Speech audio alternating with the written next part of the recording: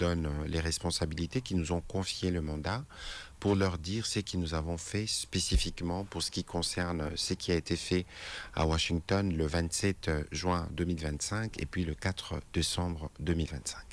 Alors, quelles sont les attentes du gouvernement à travers cette démarche? Écoutez, les attentes sont claires. Évidemment, nous attendons de l'Assemblée nationale de donner cette onction parlementaire qui permettra, comme je le disais tout à l'heure, à ces textes de figurer dans notre répertoire législatif. Et vous savez que ces textes ont été négociés dans un contexte particulier. Si je peux me permettre de rappeler, nous tous, nous savons que depuis peu après 1994, le Rwanda s'hasarde beaucoup sur nos territoires à travers des proxys, que j'appelle aujourd'hui des FIS. Il y en a eu un qui s'appelait AFDEL, il y en a une autre qui s'appelait RCD, il y en a une autre qui s'appelait M23, il y a une autre qui s'appelle CNDP, il y a une autre qui s'appelle M23. Et donc finalement, ce sont ces paravents qui servent de justification à une guerre. Alors, lorsque nous avons signé cet accord le 27 juin à Washington, beaucoup ne s'étaient même pas rendu compte que là, nous venions finalement de clouer, entre guillemets, passez-moi le verbe, le Rwanda, qui a toujours été spécialement doué dans les dénégations, qui a toujours été doué dans les reniements, mais là, à Washington, le Rwanda a signé un accord de paix. Et donc, vous ne pouvez pas signer un accord de paix si vous n'êtes pas dans une situation de guerre. Et donc, l'importance d'ailleurs, la première importance symbolique de cet accord, c'est que depuis 30 ans, on n'avait jamais eu un mécanisme aussi clair. C'est une forme de reconnaissance. C'est, oui, aussi clair des problématiques qui ont été bien étudiées, parce que cet accord vient principalement répondre à deux questions. La question sécuritaire et la question de comment on sécurise, nous, spécifiquement la République démocratique du Congo, nos minerais. Et d'ailleurs, si vous regardez bien, depuis la signature de cet accord, le président Kagame est entré, comme dirait un Quinois, dans le mode pétage, parce que justement, tout ce qu'il avait comme narratif mensonger a été démenti. Et ici, il existe des engagements clairs qui, s'ils sont appliqués de part et d'autre, je suis sûr que la paix ne sera plus que sur papier, parce que là, nous l'avons plus ou moins sur papier, la paix deviendra effective et les populations, nos populations, vivront dans une ère nouvelle. Monsieur le ministre, il y a des questions, des propositions, des observations, des suggestions.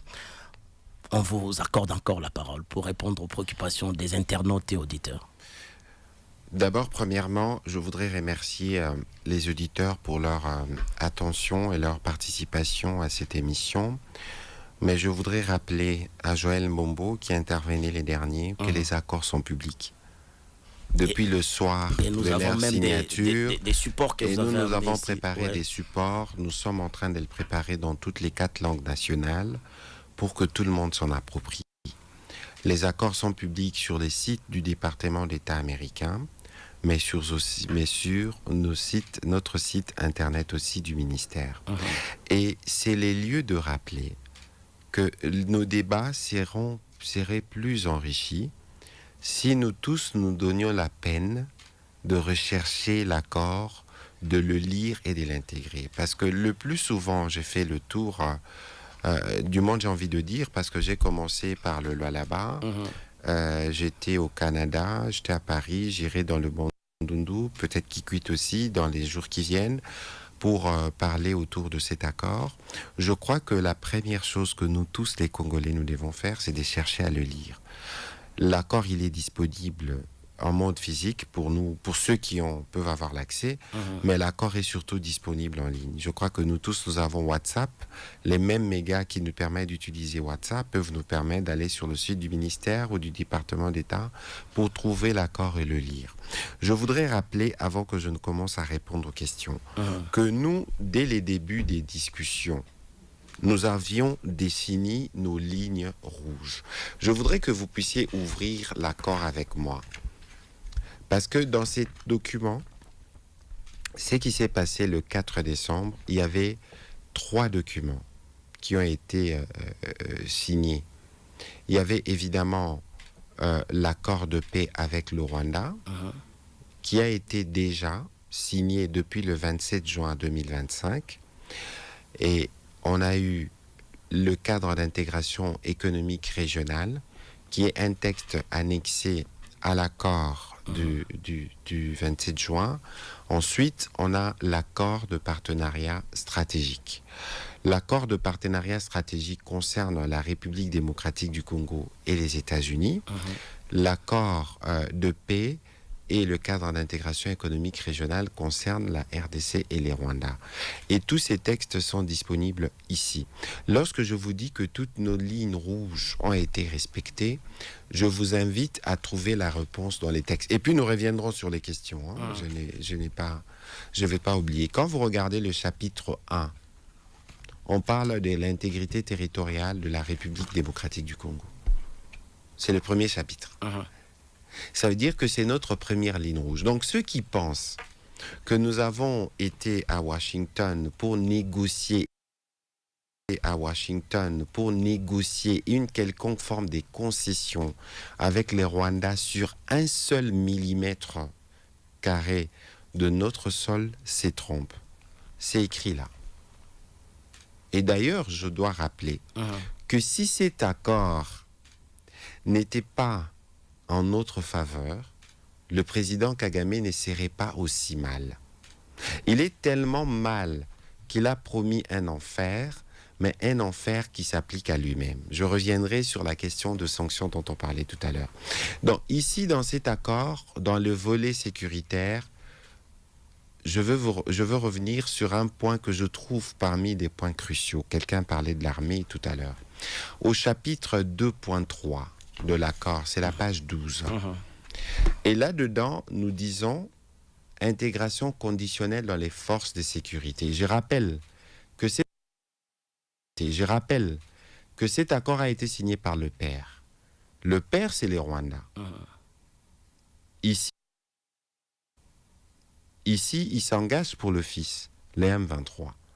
Toute réintégration éventuelle des combattants dans les FARDC et la police s'effectue de manière rigoureuse, individualisée et conditionnelle, au cas par cas, sur la base de critères clairs, y comprenant l'aptitude physique et morale, en particulier le respect et l'absence de violation grave du droit international humanitaire et la loyauté envers l'État et les institutions.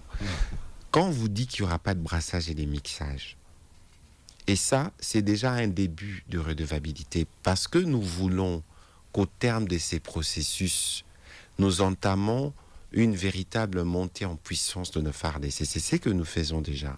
Mais parce qu'il y a un problème qui se pose avec les différents éléments qui sont les supplétifs du Rwanda, nous devons voir comment traiter ces cas. Et ça, c'est un accord qui a été convenu avec le père, le Rwanda.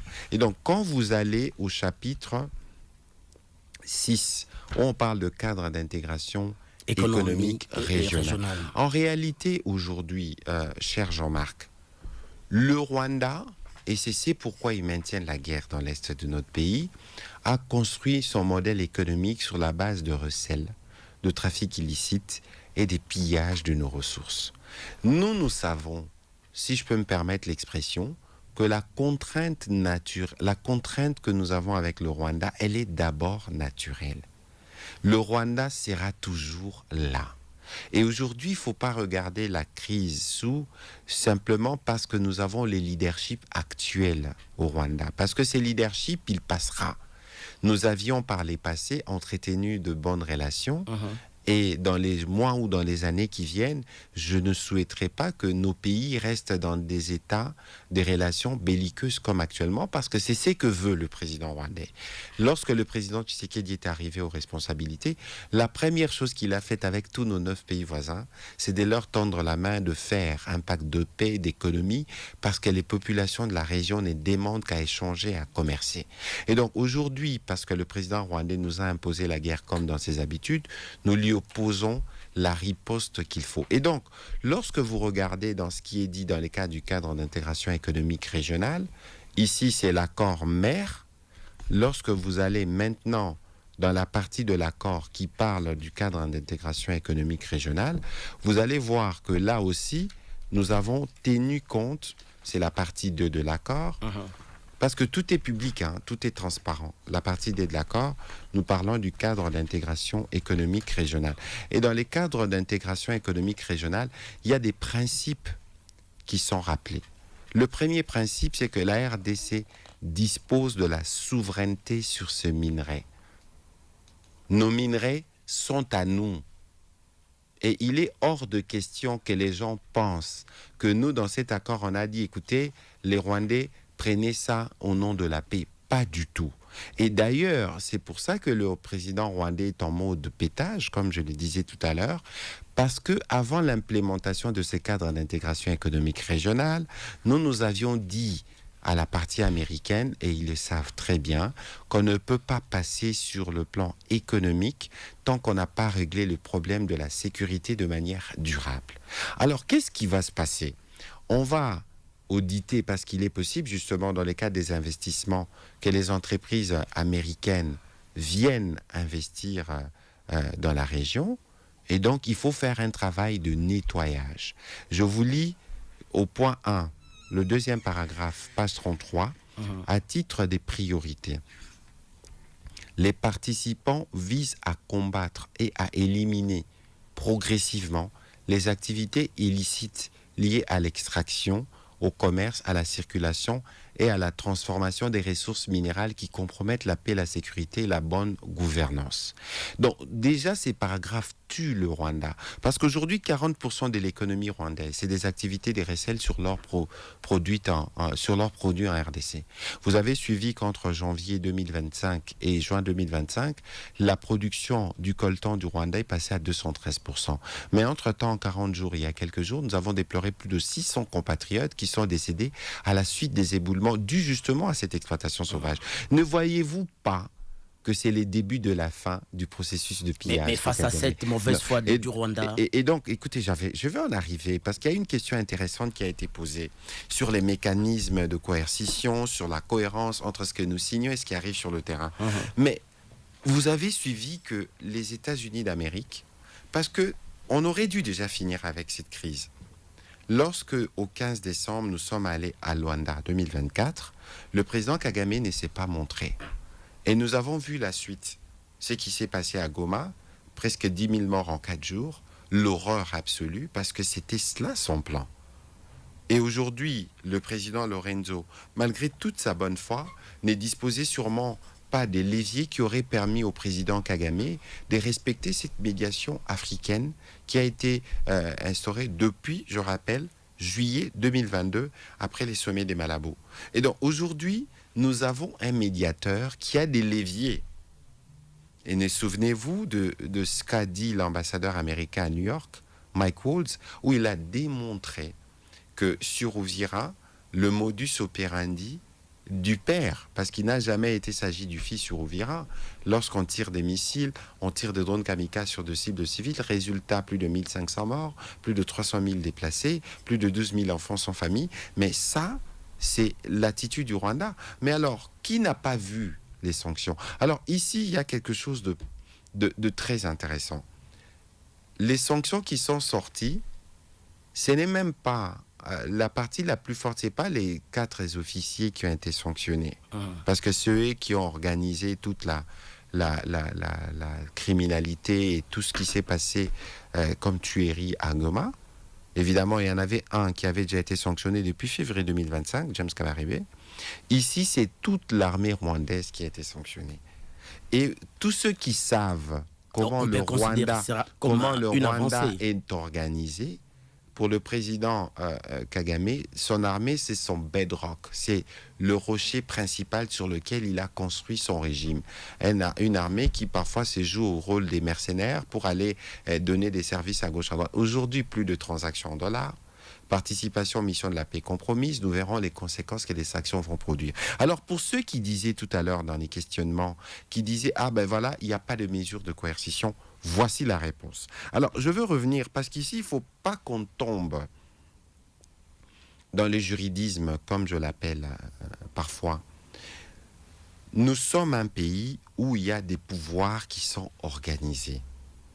Nous avons évidemment le président de la République, nous avons un pouvoir législatif, nous avons un pouvoir exécutif, nous avons un pouvoir judiciaire.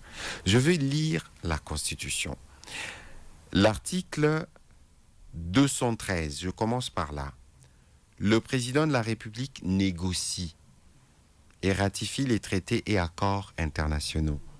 Le gouvernement conclut les accords internationaux non soumis à ratification après délibération en Conseil. Il en informe l'Assemblée nationale et les Sénats. L'article 214 maintenant, la référence pour ce qui nous concerne, les traités de paix, les traités de commerce, les traités et accords relatifs aux organisations internationales, aux règlements de conflits internationaux, ceux qui engagent les finances publiques, ceux qui modifient les dispositions législatives, ceux qui sont relatifs à l'état de personne, ceux qui comportent échanges et adjonctions de territoire ne peuvent être ratifiés ou approuvés qu'en vertu d'une loi. Nulle cession, nul échange, nulle adjonction de territoire n'est valable sans l'accord du peuple congolais consulté par voie de référendum. Je prends le premier alinéa. Il appartient au gouvernement, dans le rôle qui est le sien, de négocier. Nous l'avons fait. Et parce que l'accord peut avoir une incidence sur les finances publiques ou peut entraîner modification de certaines dispositions législatives, l'accord doit être sujet au Parlement. Nous l'avons amené au Parlement. Et au Parlement, il existe, j'étais de là, du Parlement, il existe des mécanismes pour de lois des ratifications. Généralement, le loi des ratifications, c'est 2-3 articles. On fait évidemment un exposé des motifs, on fait les premiers articles parce que nous, on l'a adopté en conseil le jour d'avant et on l'a amené. Alors, lorsque les gens disent, vous l'avez fait en retard, on l'a fait en retard par rapport à quoi? Parce que nous étions dans une démarche de diplomatie. On a signé le premier accord de paix avec le Rwanda le 27 juin 2025. Mais entre le 27 juin 2025 et le 4 décembre, il y a beaucoup de choses qui se sont passées. Ne pensez pas que les Américains, les sanctions qu'ils ont prises, ils l'ont pris seulement en partant du 4 décembre. Regardez la page 13. Il y a un mécanisme conjoint de coordination de la sécurité. C'est le cadre qui a été mis en place entre les deux parties, les Rwandais et la RDC, pour s'assurer que toutes les parties font leur part. Et lorsque vous regardez dans le cadre de ces mécanismes, nous avons eu, je crois, 5 réunions depuis la signature de l'accord au mois de juin 2025. La République démocratique du Congo, dans le cadre de notre action, nous nous sommes engagés à traiter la question des FDLR. Parce que n'oubliez pas, les 3 principales raisons apparentes du Rwanda, c'est la présence des FDLR, c'est les discours de haine, c'est la question de réfugiés pour lequel nous avons déjà apporté des réponses pour chaque point. C'est peut-être pas le moment de revenir dans le détail. Mais est-ce que les textes peuvent être revus? Ici, lorsque vous lisez l'accord, dans la partie qui parle du mécanisme conjoint de sécurité, vous allez voir qu'il y a une étape. Et d'ailleurs, avec la MONUSCO, nous sommes à Radio Okapi, on a rapatrié déjà, après même la signature de l'accord du juin 2027, des éléments FDLR qui sont de Rwandais, qui ont leur place au Rwanda. Et donc, aujourd'hui, il n'y a pas d'inquiétude à avoir. Parce que globalement, cet accord, évidemment, il n'existe pas de texte parfait. On peut toujours trouver à redire. Il y a toujours de l'espace pour l'amélioration. Et d'ailleurs, quand vous lisez cette fois-ci dans l'accord de partenariat stratégique, il est prévu de mécanismes où on peut discuter. Ou s'il y a l'une ou l'autre question qui nécessite d'être retouchée, elle les pourra. Mais donc, aujourd'hui, les Congolais doivent être rassurés. D'abord parce que de un, cher Jean-Marc, cet accord, c'est un accord du futur. Le président Tshisekedi, il est fait plus pour nos enfants que pour nous dans les cas de notre... Justement, monsieur le ministre, il y a beaucoup de demandes de paroles. Mais il y a eu beaucoup de questions. Oui. Et donc, si vous voulez que nous puissions être pédagogiques, parce que comme quelqu'un l'a dit tout à l'heure, nous n'avons pas peur du débat. Nous n'avons rien à craindre, nous n'avons rien à cacher. C'est pour ça que nous sommes... cette demande. C'est pour ça que nous sommes dans cet exercice en direct. Mais je crois qu'il est important que les uns et les autres notent. Ce qu'ils doivent retenir, c'est qu'ils doivent s'approprier cet accord. Parce que cet accord, autant j'ai envie de dire que lorsqu'on parle de la guerre, ce n'est pas l'accord du président. Ce n'est pas la guerre du président. C'est la guerre de tous les Congolais. Les militaires qui décèdent au front, c'est nos frères, c'est nos cousins. Les ressources qui sont engagées, c'est des ressources qui puissent servir pour faire de route. Et donc aujourd'hui, les Congolais doivent considérer que nous avons commencé une nouvelle période.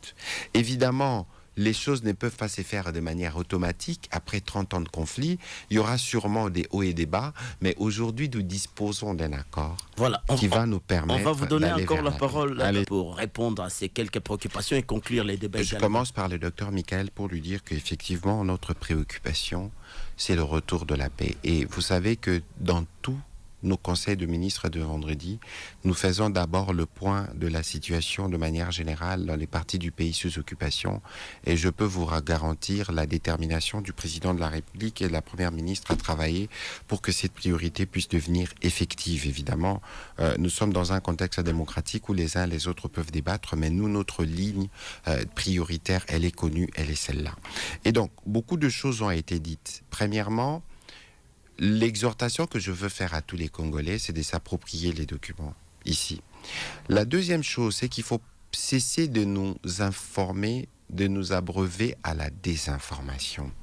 Je crois que c'est un objectif commun entre vous et nous, parce que autant nous traversons les médias, autant nous faisons de conférences partout, mais nous avons plus de 100 millions de Congolais. Je crois que ceux qui nous ont suivis ce matin peuvent aussi faire le relais de ce qui a été dit. C'est que les gens doivent savoir, ce que le président de la République, je pense qu'il faut qu'on le lui reconnaisse. On n'a jamais vu un engagement si ferme, si cohérent en face du président rwandais. Parce que pendant longtemps, il y a eu comme une forme de complaisance ici chez nous, qui faisait qu'on n'avait jamais réellement réglé les problèmes. On maquillait les problèmes, on laissait le Rwanda continuer ce qu'il faisait. Aujourd'hui, nous avons réussi à amener à table les pays les plus puissants qui va nous permettre, entre autres, de nous assurer qu'on a ramené la paix et puis comment on va poser les conditions pour faire les développements économiques. Je voudrais ici, parce qu'un compatriote l'a parlé, il ne faut pas faire de confusion entre l'accord de partenariat stratégique entre la RDC et les États-Unis qui vient dresser le cadre de la collaboration. Ça veut dire que dans cet accord de partenariat stratégique avec les Américains, il n'y a pas question d'une mine à l'intérieur, il n'y a pas question d'un quelconque projet développé. Non, ici, on a défini le principe. Sur le modèle de l'accord de paix avec le Rwanda, ici, nous avons un comité directeur conjoint qui a été créé pour permettre aux deux parties régulièrement de changer et de voir comment avancer. Et je rappelle, vous pourrez regarder la page 73, que cet accord avec les Américains touche aussi au secteur scientifique, technologique et éducatif en matière de change d'information, d'initiation et de renforcement de capacités. Donc, les gens, comme notre ami Christian Bouy, cet accord, les chômeurs, pour parler comme lui, trouvent effectivement leur place. Regardez, personne n'est oublié. Mais personne, parce que lorsqu'on va dégager le Rwanda, avec tout le trafic illicite qui mène dans la partie Est, les opportunités bénéficieront d'abord aux Congolais. Dans l'accord de partenariat stratégique avec les Américains, parce que les gens disent, on nous pille, ce sont les entreprises occidentales qui achètent. Mais cette fois-ci, oui, mais parce que justement, je ne vous ferai pas le procès sur les temps, mais c'était important. Vous avez senti l'intérêt sur les sujets, important, monsieur le ministre, évidemment, c'était important d'écouter les Congolais. Mais ici, il faut que je rappelle un certain nombre de choses. D'abord, aucune de nos lignes rouges n'a pas été respectée durant ces échanges. Je dois rappeler aussi, nous, comme gouvernement, nous allons faire notre part. C'est un engagement qu'on avait pris et le président de la République va s'assurer que nous faisons notre part. Je termine en disant aux uns aux autres, encore une fois, il faut lire l'accord et n'est pas tomber dans les pièges de la désinformation qui circule abondamment sur les réseaux sociaux. Merci Patrick Mouya Katembwe, ministre de la Communication et Médias, porte-parole du gouvernement. Merci pour cet honneur.